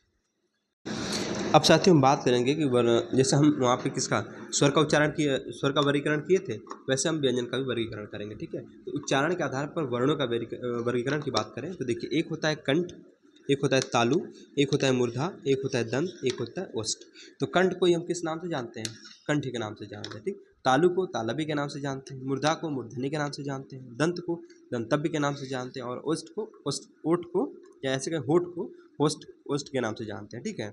अच्छा, इसमें होता क्या है? देखिए जो कंठ होता है ना, इसमें क वर्ग के व्यंजन आते हैं। अब क वर्ग के व्यंजन होते कौन कौन से, हमने आपको बताया पीछे, क ख ग घ अंगा, ठीक है। तो ये क्या है? हमारे क वर्ग के हो गए। अच्छा, अब बात करें त वर्ग की, नहीं त वर्ग नहीं, च वर्ग की, ठीक है। तो च वर्ग में क्या हमने बताया, देखिए एक होता है कंठ, एक होता है तालु, एक होता है मूर्धा, एक होता है दंत, एक होता है ओष्ठ। तो कंठ, कंठ में क्या बताया? क वर्ग के व्यंजन आते हैं, क ख ग घ अंगा, ठीक। अच्छा, इसमें देखिए अ भी आता है, आ भी आता है, ठीक है, स्वर होते हैं ना अ आ, ह भी आता है और विसर्ग आता है, ठीक है। अ आ ह और विसर्ग ये किस में आते हैं? ये कंठ में आते हैं, ठीक है। अच्छा, हम बात करें तालु की या तालव्य की, ठीक है, तालव्य की, इसमें क्या होता है? च वर्ग के व्यंजन आते हैं, जैसे च छ ज झ अइया, है ना। उसके बाद छोटी ई, बड़ी ई, य और बड़ा स, ठीक है। ये क्या हमारे ये सब है? तालु यानी तालव्य व्यंजन है। आगे बात करें मूर्धन्य की, देखिए मूर्धन्य में क्या, जो मूर्धा वाले होते हैं, जैसे ट वर्ग के व्यंजन, जैसे ट ठ ड ढ ड़, है ना, ट ठ ड ढ ड़, ये मूर्धन्य वाले यानी मूर्धा के हो गए। अच्छा, री र और स, ये सब किसमें? मूर्धन्य वाले में आते हैं। अच्छा, हम बात करें दंत की, ठीक है, तो दंत में क्या होता है? त वर्ग के व्यंजन आते हैं, जैसे त थ द ध न, है ना। इसमें कौन कौन से आते हैं? इसके अलावा देखिए ल भी आता है, स भी आता है और ज भी आता है, ठीक है, ल स और ज आता है, ठीक है। अच्छा, हम बात करें ओष्ठ यानी होठ की, इसमें क्या प वर्ग के व्यंजन आते हैं, जैसे प फ ब भ म, है ना। इसमें छोटा ऊ और बड़ा ऊ ये भी दोनों आ जाते हैं। तो हमने क्या बताया कि उच्चारण के आधार पर वर्णों का वर्गीकरण जब किया, तो हमने बताया आपको कि कंठ, तालु, मूर्धा, दंत, ओष्ठ, ठीक है। आप याद कैसे करेंगे भाई? देखिए एक ट्रिक होती है इसकी, ट्रिक क्या है? तो ट्रिक ये है कि KTM 2, क्या KTM 2, K फॉर कंठ, T फॉर तालु, M फॉर मूर्धा, D फॉर दंत, O फॉर ओष्ठ, है ना।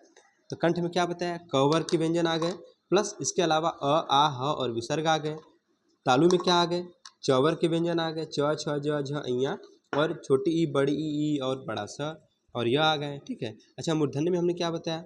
ठीक है, जो मूर्धा से उच्चारित होते हैं व्यंजन, ठीक है, ट वर्ग के व्यंजन आते हैं, ट ठ ड ढ ढ आते हैं, री र और षष्ठकोण सभी इसमें आ जाता है ना।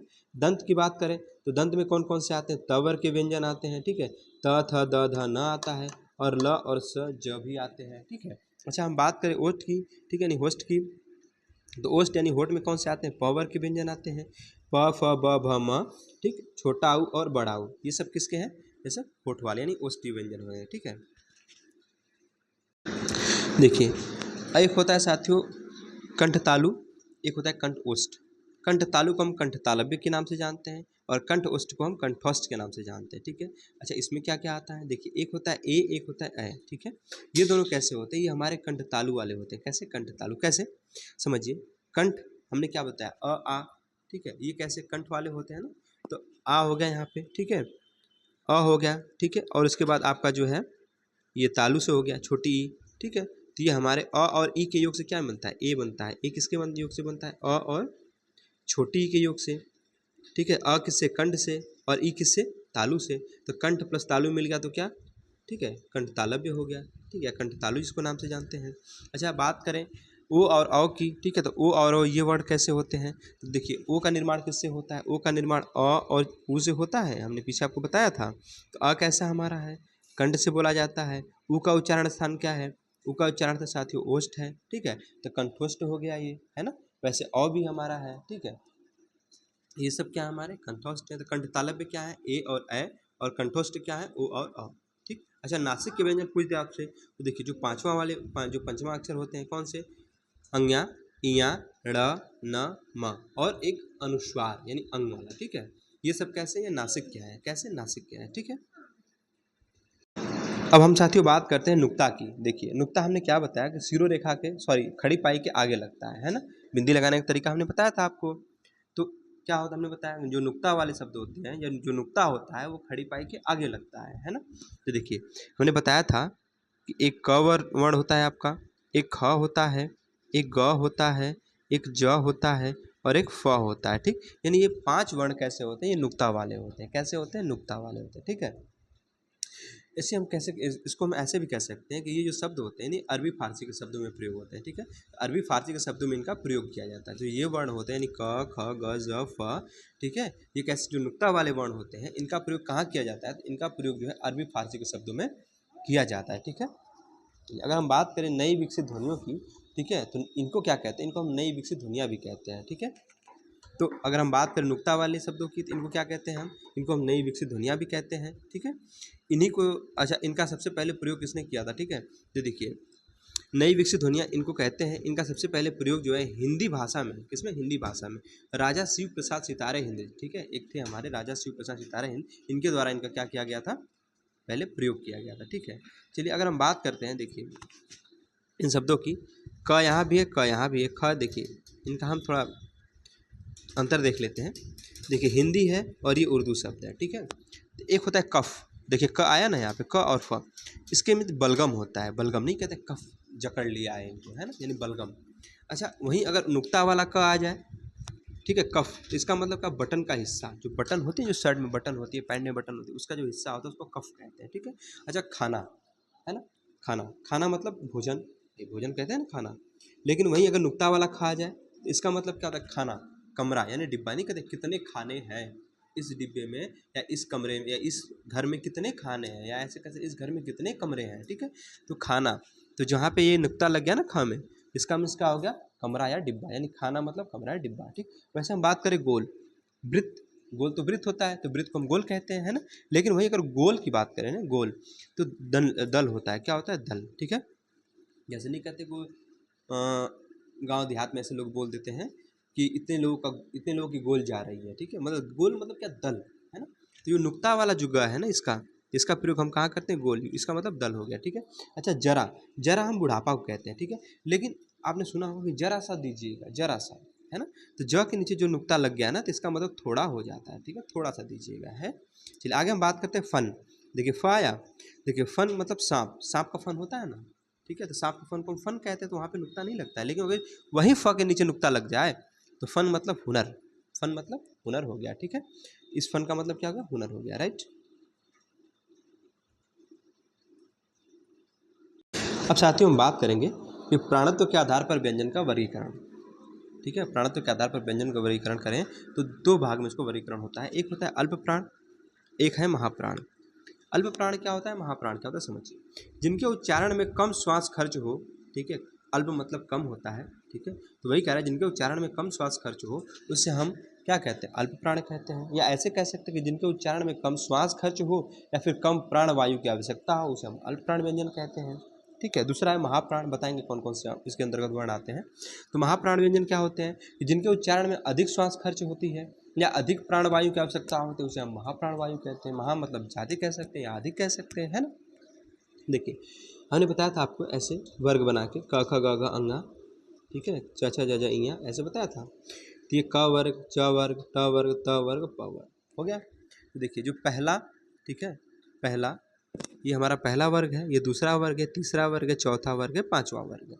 अब सबसे बड़ा तो दिक्कत ये हो जाती है कि इसमें कौन से हमारे अल्प प्राण है और कौन से महाप्राण है, ठीक है। तो इसमें अल्प प्राण कौन से, महाप्राण कौन से, देखिए एक, ठीक है, यानी पहला वाला वर्ग, पहला वर्ग, तीसरा वर्ग, दूसरे को छोड़ के तीसरा, और तीसरे के बाद पांचवा, ये कैसे, ये अल्प प्राण व्यंजन होते हैं। कैसे, अल्प प्राण वाले व्यंजन है, ठीक है।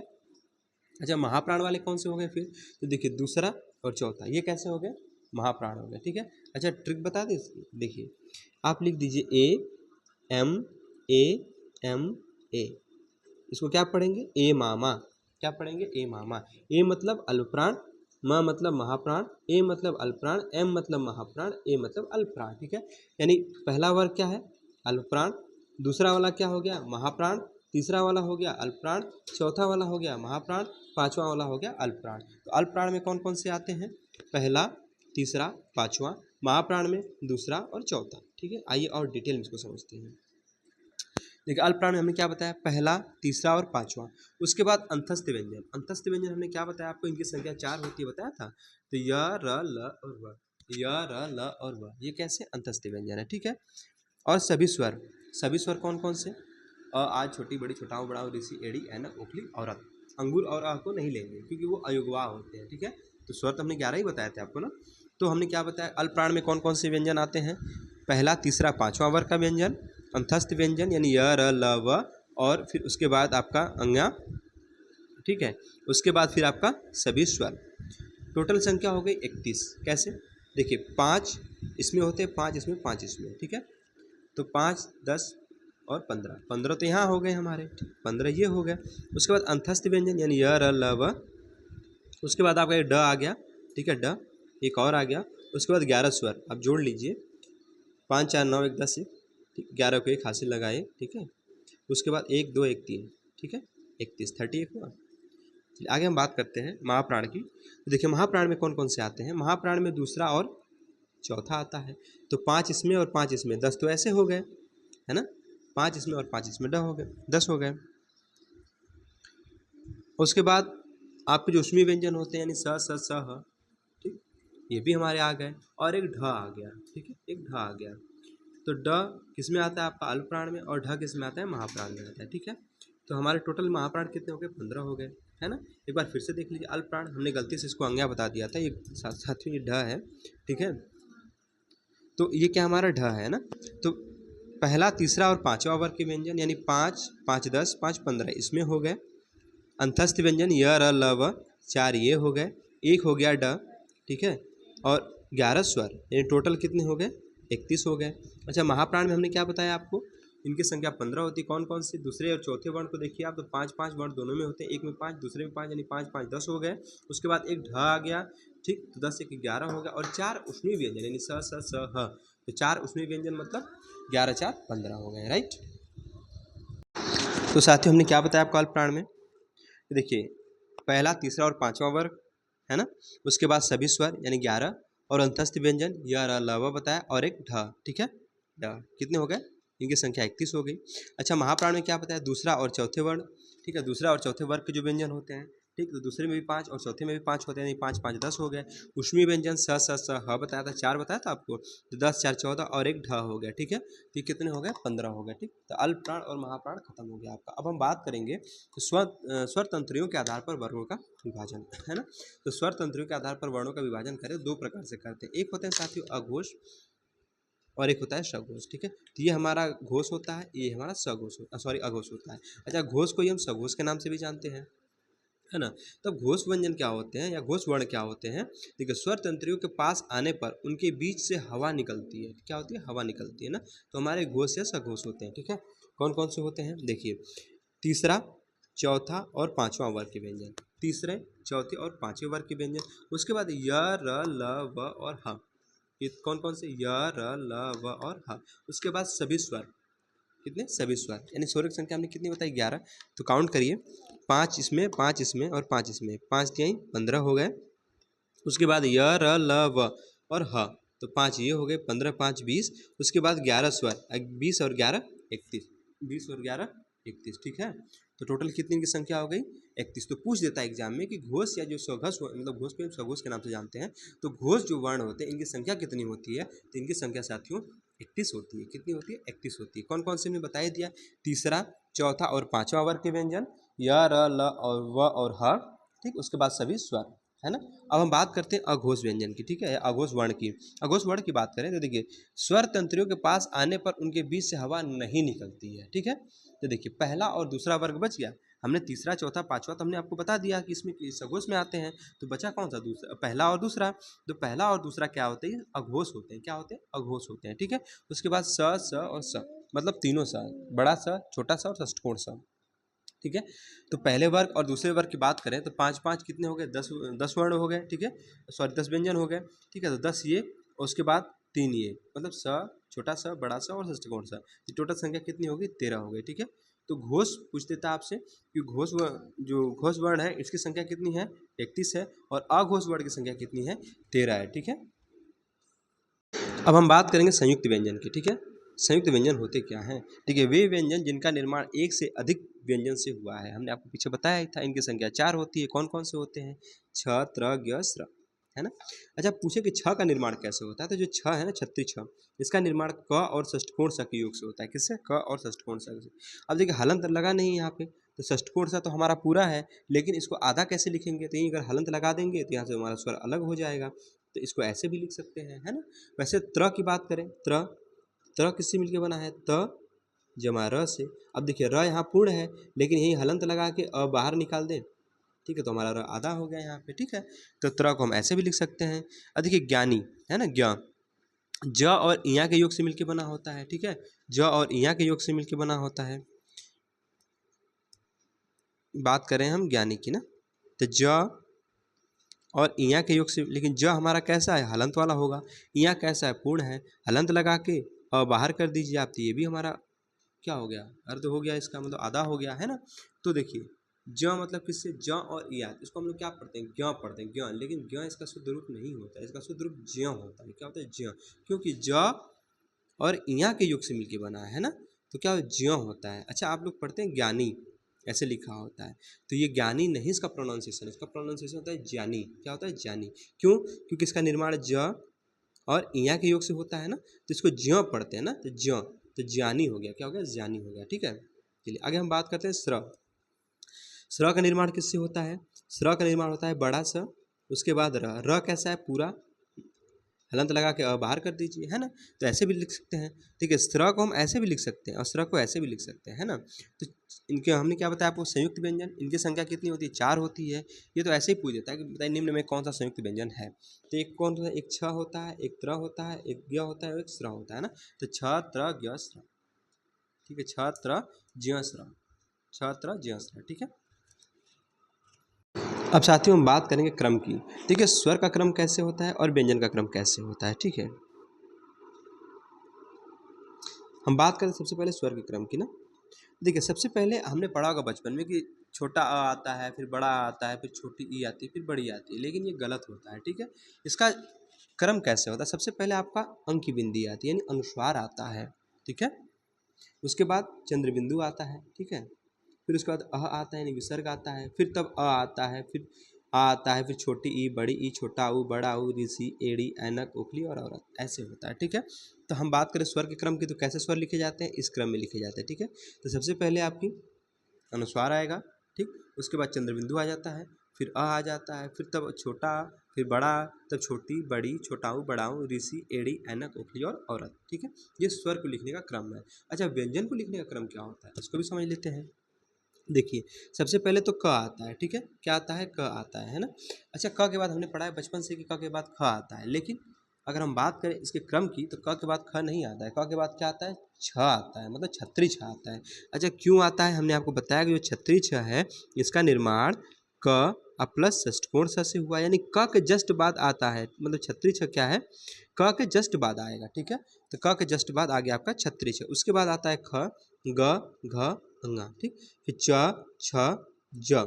अब ज के बाद क्या आएगा, फिर ज आएगा। क्या आएगा, ज आएगा। क्यों? क्योंकि हमने आपको बताया था कि जो ज है इसका निर्माण ज प्लस इया के योग से मिलके हुआ है, ठीक है। तो ज के बाद क्या आएगा, इया, मतलब ज आ जाएगा। फिर झ, फिर इया, ठीक है। ट, ठ, ड। ड के बाद देखिए ढ, ठीक है। ड के बाद ढ तो यहाँ आएगा। ड के बाद ये वाला ड आता है, ठीक, उच्छिप्त वाला, ठीक है। फिर ढ, ढ के बाद एक उच्छिप्त वाला आता है ढ। उसके बाद ड़। फिर त के बाद क्या आएगा, त्र आएगा, ठीक है। त्र आएगा। क्या आएगा, त्र। क्यों आएगा समझिए। त्र हमने किससे बताया कि त प्लस र के योग से मिलके बना है ना। तो र के जस्ट बाद क्या आएगा, त्र आ जाएगा, है ना। तो देखिए त के बाद क्या आया, त्र आ गया, ठीक है। त के बाद क्या आ गया, त्र आ गया। फिर उसके बाद थ, ठीक है। फिर द, ध, न। फिर प, फ, ब, भ, म, य, र, ल, व। फिर स। अब स के बाद छोटा सा, मतलब बड़ा सा के बाद छोटा सा, जैसे हम क्या कहते हैं, बड़ा सा के बाद षष्ठकोण सा आ जाता है ना। लेकिन बड़ा सा और षष्ठकोण सा के बीच में साथी स्र आता है। क्यों आता है, कि स्र का देखिए फॉर्मेशन कैसे हुआ था, बड़ा सा प्लस र से हुआ था। तो बड़ा सा के बाद क्या आएगा, स्र ही तो आएगा ना यहाँ पे, ठीक है। तो बड़ा सा, उसके बाद क्या आएगा, स्र आएगा। फिर षष्ठकोण सा, तब छोटा सा, तब ह आएगा, ठीक है। तो स्वर का क्रम क्या पता है, कि सबसे पहले अंग आता है, फिर चंद्रबिंदु, फिर अ, तब अ, आ, छोटी बड़ी, छोटाऊ बड़ाऊ, ऋषि, एड़ी, ऐनक, ओखली और औरत, राइट। उसके बाद व्यंजन का क्रम हमने क्या बताया, क के बाद क्या आएगा, छत्री छ। फिर ख, ग, घ, अंगा। फिर च, छ, ज के बाद क्या आएगा, ज्य। फिर उसके बाद झ, फिर इया। फिर ट, ठ। फिर ड के बाद ये उच्छिप्त वाला आ जाएगा। फिर ढ के बाद उच्छिप्त वाला ढ। फिर उसके बाद ड, फिर अड़, ठीक है। फिर त के बाद त्र आ जाएगा, ठीक है। क्या आएगा, त्र। फिर त के बाद थ, द, ध, न। फिर प, फ, ब, भ, म, य, र, ल, व। और स, बड़ा वाला स के बाद क्या, आपका ये श्रमिक वाला स्वर आ गया, ठीक है। उसके बाद षष्ठकोण सा, फिर छोटा सा, तब ह आता है, ठीक है। तो ये व्यंजन के लिखने का क्रम था, है ना। और ऊपर हमने बताया दिया आपको स्वर के लिखने का क्रम। आइए थोड़े हम वर्ण विच्छेद की बात कर लेते हैं। ये लास्ट पॉइंट हमारा है वर्ण विच्छेद वाला, है ना। अगर हम बात करें क क का वर्ण विच्छेद करेंगे आप, तो आपको मिलेगा कि हलंत वाला क प्लस अ, ठीक है। ये इसका वर्ण विच्छेद हो गया। अच्छा, अगर आपसे कह दे, ठीक है, कि आप की का वर्ण विच्छेद करिए, की यानी छोटी की, ऐसे है ना। तो की का वर्ण विच्छेद करिए आप, तो क्या मिलेगा आपको, क, हलन जरूर लगाएंगे। उसके बाद क्या है, छोटी ई, है ना, क्योंकि हम स्वर को अलग करते तो हलंत लग जाता है, ठीक है। तो छोटी ई। अच्छा, अगर आपसे कह दे कि बड़ी क पर बड़ी की मात्रा, ठीक है, इसको आप अलग करिए, ठीक है। इसका वर्ण विच्छेद करेंगे तो आप पाएंगे क और बड़ी ई। हलंत क्यों लगाया, क्योंकि हमने स्वर अलग कर दिया। जब स्वर अलग होगा व्यंजन से तो वहाँ पे हलंत लग जाता है, ठीक है। उसके बाद अगर हम बात करें आगे, जैसे मान लीजिए आपसे कह दे के, ठीक है, कपर एक मंत्र, इसको आप अलग करिए या इसका वर्ण विच्छेद करिए, यानी के का वर्ण विच्छेद करेंगे तो क्या पाएंगे आप, कि आपको मिलेगा क, उसके बाद एक की मात्रा। अब यहाँ हलंत हमने क्यों लगाया, क्योंकि हमने व्यंजन क्या, स्वर क्या किया, व्यंजन से अलग कर दिया ना। तो जब भी व्यंजन से स्वर अलग होते हैं तो वहाँ पे क्या होता है, हलंत लग जाता है, ठीक है।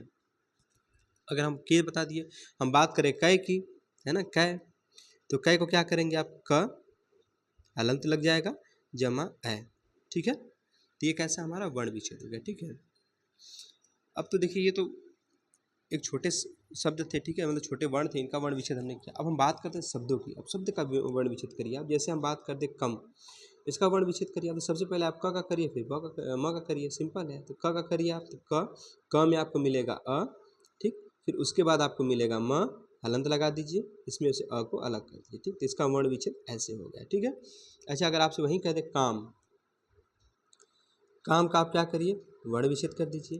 तो आपको मिलेगा क हलंत वाला, उसके बाद आएगा आ, ठीक है। उसके बाद आएगा म, लेकिन म में हलंत लगा के हम क्या करेंगे, स्वर को अलग कर देंगे, ठीक है। तो इसका क्या है, काम का ये वर्ण विच्छेद हो गया, ठीक है। अच्छा, वहीं अगर आपसे कह दे कि कर्म का वर्ण विच्छेद कर दीजिए आप, ये रेफ रूप है, और रेफ रूप हमने क्या बताया, र का आधा रूप होता है, ठीक है। र के 3 रूप बताए थे आपको, एक पदेन था, ठीक, और एक आपका जो सामान्य र था, और एक आपका रेफ रूप था। तो रेफ रूप कैसा होता है, र का अर्ध रूप होता है, यानी आधा रूप होता है। बाकी सब दोनों कैसे होते हैं, दोनों पूर्ण होते हैं, लेकिन रेफ रूप कैसा होता है, आधा होता है, ठीक है। आप कर्म का करिए, तो क का वर्ण विच्छेद करिए आप, क हलंत लगा के आप अ निकाल दीजिए, ठीक है। उसके बाद अब म, ठीक है, म से पहले क्या आपका है, र है, ठीक है। कर्म, कर्म, र, आप इसका पढ़िए ऐसे, कर्म यानी र पहले आ रहा है, ठीक है। अब ये हमारा र कैसा है, ये तो आधा होता है, ठीक है, र, ठीक। अब र में हम अ नहीं लगाएंगे, क्योंकि ये खुद आधा है ना। आधा है। अगर पूरा होता तो हम अ लगा के अलग करते, लेकिन हमारा क्या यहाँ पे आधा है, इसलिए हम क्या करेंगे यहाँ पे हलंत लगा देंगे। ठीक, अब हमारा बचा म। म, ठीक है, म में हलंत लगा के अ को आप बाहर कर दिए। ठीक, तो ये हमारा कर्म क्या हो गया, वर्ण विच्छेद। तो इस तरह से हम क्या करना चाहते हैं, इस तरह से हम वर्ण विच्छेद करते हैं। राइट।